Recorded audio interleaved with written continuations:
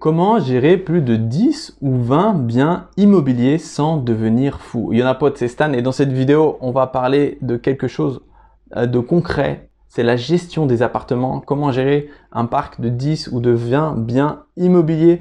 J'en parle assez peu, mais sache qu'aujourd'hui, à l'heure où je tourne la vidéo, je possède un appartement et que c'est une gestion au quotidien qui est importante. Mais grâce à un certain nombre de stratégies et de processus, j'ai quand même énormément de temps libre et je ne passe pas ma vie à gérer mes biens immobiliers. Donc ensemble, on va faire le point de qu'est-ce qu'il est important de mettre en place pour justement ne pas devenir fou dans la gestion locative de tes différents appartements. L'idée première est d'avoir des équipes, un petit peu comme quand tu vas travailler avec des artisans pour rénover un bien immobilier.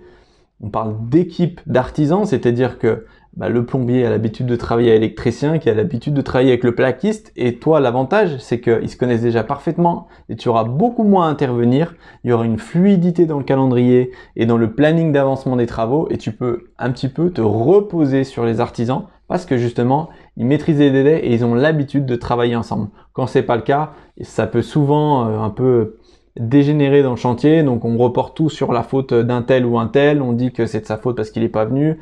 Donc avoir une équipe, ça te permet réellement d'optimiser ton temps et donc la gestion locative, ça va être la même chose. En gros, il va falloir te reposer si tu fais de la courte durée avec des femmes de ménage qui vont préparer les appartements, laver le linge de lit et s'assurer que l'appartement est parfait pour la réception du voyageur. Tu vas pouvoir également travailler avec des conciergeries qui vont prendre un peu plus d'envergure, c'est-à-dire qu'ils vont échanger avec le client, s'occuper de leur entrée, que ce soit physique ou autonome avec des boîtes à clés, s'occuper du ménage du linge de lit et s'occuper de tout ce qui peut être lié à la sortie du bien. Ce qui est très important de faire, c'est de répartir le risque de ces équipes sur différents prestataires. Donc si tu investis par exemple à Lyon et tu as plusieurs appartements, ne confie pas l'intégralité de tes biens à la même conciergerie ou à la même femme de ménage. C'est important de pouvoir différencier en fonction des arrondissements ou en fonction de la géolocalisation de tes biens,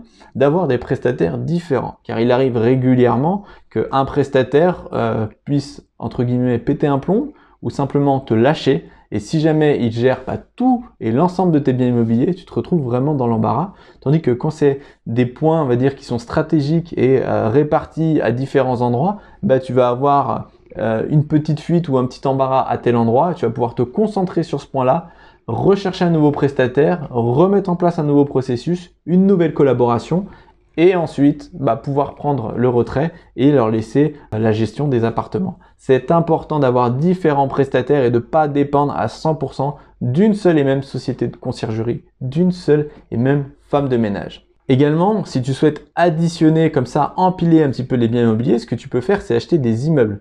Parce qu'un immeuble, l'avantage, c'est que tu vas cumuler les appartements au même endroit, dans le même lieu géographique. Donc si tu as besoin de faire de petits travaux, l'artisan qui va se déplacer, il va pouvoir éventuellement faire les travaux au rez-de-chaussée et à l'appartement du deuxième étage.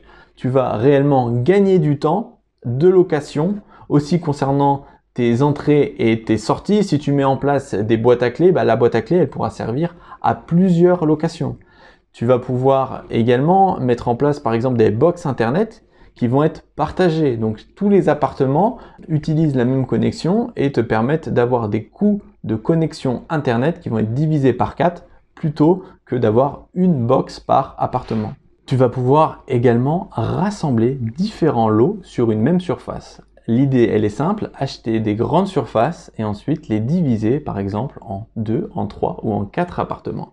Encore une fois, ça te permettra d'avoir des intervenants qui vont être propres à un secteur donné, à un arrondissement donné ou à une ville donnée et d'avoir tous tes appartements au même endroit. Tu vas ainsi gagner du temps à la fois pour les travaux et à la fois pour la gestion. Donc il y a les immeubles et il y a également la possibilité d'acheter des grands plateaux et de les diviser en 2 ou 3 surfaces distinctes avec ou non un sas commun. Si tu as la possibilité d'avoir des entrées distinctes dans tes lots, c'est encore mieux.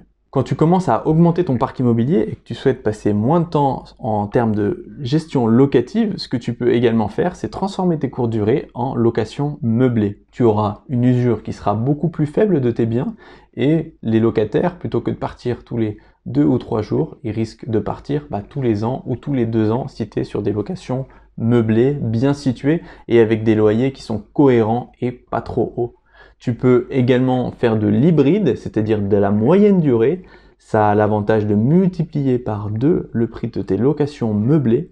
Et par contre, tu auras des durées de location qui varieront entre 1, 2 à 3 mois. Dernier conseil, ne te disperse pas trop géographiquement. Je sais que personnellement, j'apprécie psychologiquement le fait de me dire que si jamais j'ai un gros problème, je suis à moins d'1 heure de mon investissement locatif. Donc, je te conseille, si tu veux empiler les biens immobiliers, d'acheter des locaux que tu vas ensuite diviser pour avoir 2 ou 3 appartements, d'acheter des immeubles où il y aura directement 3 ou 4 appartements et pour finir, d'avoir des lieux géographiques qui se situent approximativement et au maximum à 1 heure du lieu où tu habites. Comme ça, en cas de gros pépins, tu sais que tu peux intervenir directement sur place. Par contre, je te rassure, j'ai des biens en courte durée situés à 25 minutes de chez moi dans lesquels je n'ai pas mis les pieds depuis 1 an. Donc c'est pas parce que tu auras un bien qui sera près de chez toi que tu vas forcément devoir y aller souvent. Si tu veux des outils concrets pour réussir à gérer 10 ou 20 appartements, je te conseille de regarder en description, je t'ai laissé des choses intéressantes qui devraient te plaire. Si tu souhaites recevoir en exclusivité directement par mail toutes les prochaines vidéos, n'hésite pas à t'abonner. Je te dis à très bientôt, au revoir.